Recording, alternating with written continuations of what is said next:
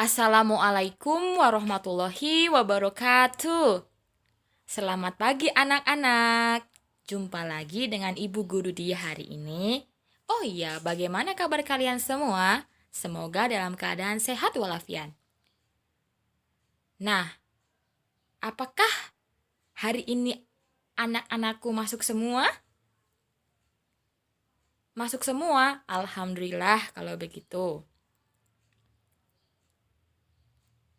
Oke, langsung saja ke materi yang akan kita pelajari, yaitu tema 1, indahnya kebersamaan, subtema 2, kebersamaan dalam keberagaman. Untuk kelas 4 semester 1. Pembelajaran ke-1, mata pelajaran IPS, tentang pentingnya kerjasama dan saling menghargai dalam keberagaman. Keberagaman agama di Indonesia.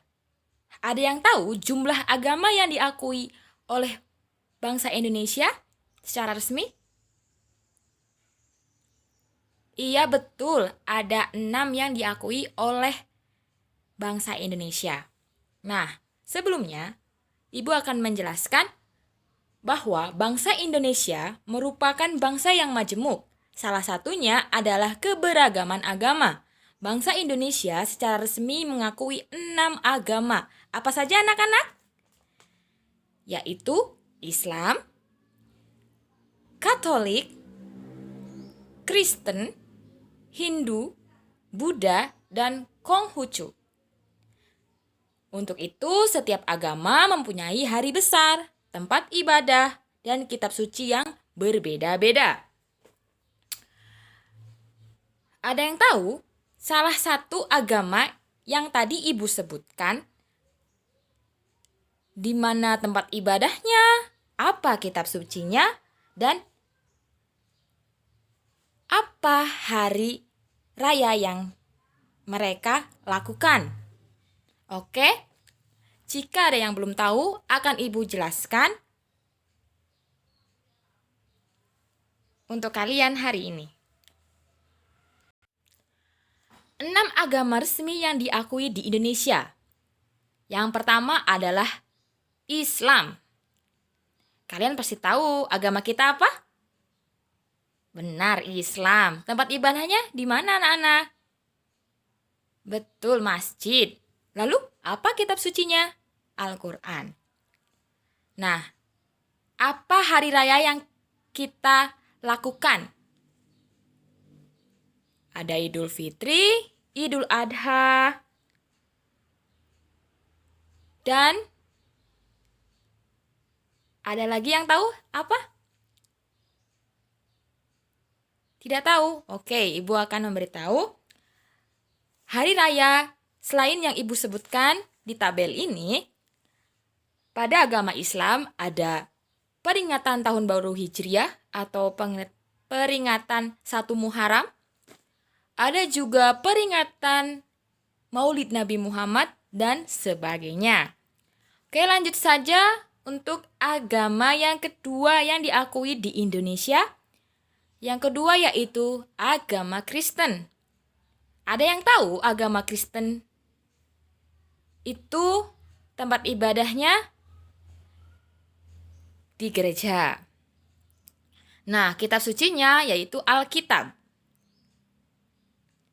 Hari rayanya yang pernah dan sering kita dengar adalah Hari Raya Natal.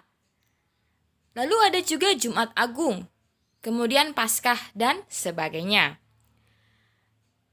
Nah, agama yang ketiga yaitu Katolik.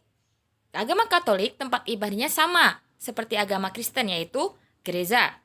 Dan kitab sucinya pun sama, Alkitab.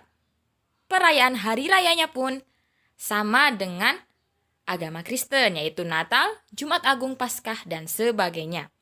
Atau ada satu lagi yang sering kita mendapati di kalender dan membuat satu Indonesia dalam kalender pendidikan kita libur, yaitu Hari Raya Kenaikan Isa Al-Masih. Kemudian agama yang keempat yaitu agama Hindu. Biasanya agama Hindu kita akan jumpai di Pulau Bali. Karena masyarakat Pulau Bali yaitu menganut agama Hindu. Nah, tempat ibadah agama Hindu yaitu pura. Dan kitab sucinya yaitu Weda. Perayaan hari rayanya yaitu Nyepi, Pagerwesi, Saraswati. Dan yang belum Ibu sebutkan lagi ada hari raya Galungan dan Kuningan.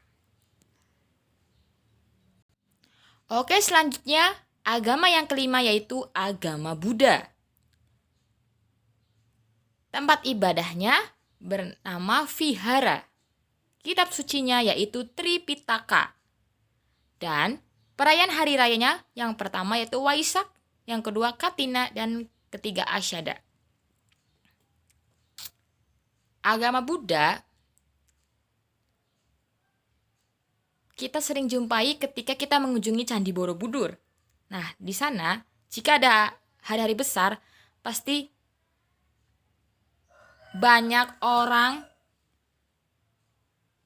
atau biksu yang datang mengunjungi Candi Borobudur tersebut. Oke, agama yang terakhir yaitu agama Konghucu. Agama Konghucu tempat ibadahnya adalah kelenteng. Kitab sucinya yaitu Sisu Wuqing. Dan perayaannya yang sering ada pertunjukan barongsai, yaitu perayaan hari Imlek dan Cap Gome. Kemudian ada nama-nama pemuka agama di setiap agama masing-masing. Nah, Ibu akan memberitahu pemuka agama yang ada di agama tersebut. Mungkin kalau agama Islam kalian sudah mengetahuinya ya. Dan kalau pemuka agama yang lain mungkin kalian baru dengar atau baru tahu. Oke, Ibu akan paparkan kepada kalian. Yang pertama pemuka agama Islam yaitu ada ulama, ustadz, habib, dan kiai. Yang kedua, pemuka agama Kristen dan Katolik. Ada romo, uskup, paus, biarawan atau biarawati. Biarawan yaitu untuk laki-laki, biarawati untuk perempuan. Nah, untuk pemuka agama Kristen Protestan, biasanya pemuka agamanya disebut pendeta, biarawan, atau biarawati. Kemudian pemuka agama Hindu sering disebut dengan pedanda atau pandita atau sulinggi. Atau kalau di bangsa India itu mungkin bisa dijuluki sebagai resi dan sebagainya. Kemudian agama yang kelima adalah pemuka agama Buddha. Nah, ciri-ciri fisiknya biasanya berkepala gundul pelontos dan memakai baju oranye dan memakai kalung yang terbuat dari seperti kayu atau rantai-rantai. Nah, dinamakan biksu untuk laki-laki dan biksuni untuk perempuan. Atau juga ada yang menyebut pandita atau bante. Kemudian nama pemuka agama yang terakhir itu pemuka agama Konghucu.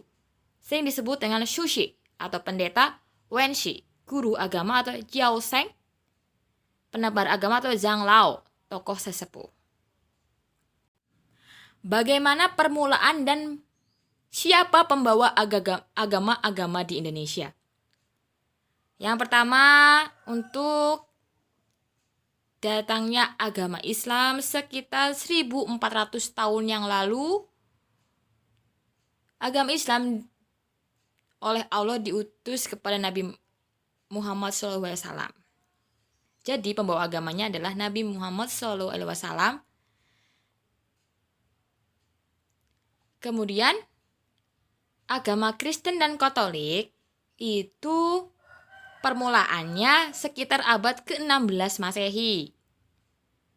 Masuk ke Indonesia disebarkan oleh bangsa Portugis. Nah, menurut Menurut agama Kristen dan Katolik, pembawa agama Kristen itu sebenarnya adalah Yesus Kristus atau Isa Al-Masih. Kemudian yang ketiga, Hindu. Sekitar 400.000 sebelum Masehi, permulaan datangnya agama Hindu tersebut. Nah, pembawa agama dari agama Hindu yaitu kaum Brahmana atau Brahmana. Nah, agama yang keempat, sekitar 2.500 tahun yang lalu permulaan datangnya agama Buddha.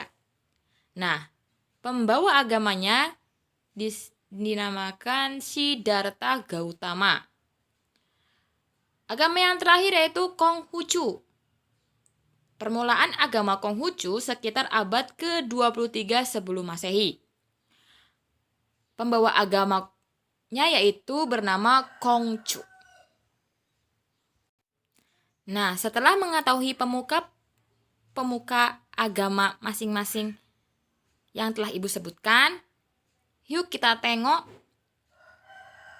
dan kita perhatikan baik-baik tempat ibadah dari masing-masing agama. Tempat ibadah agama Islam yaitu masjid. Nah, seperti yang Ibu contohkan, masjid yang terbesar dan terkenal di Indonesia itu Masjid Istiqlal yang ada di Jakarta. Nah, tempat ibadah agama Kristen dan Katolik dinamakan gereja. Mungkin bentuk bangunannya sedikit berbeda ya untuk agama Kristen seperti rumah, dan untuk agama Katolik yaitu seperti bangunan kerajaan tinggi besar.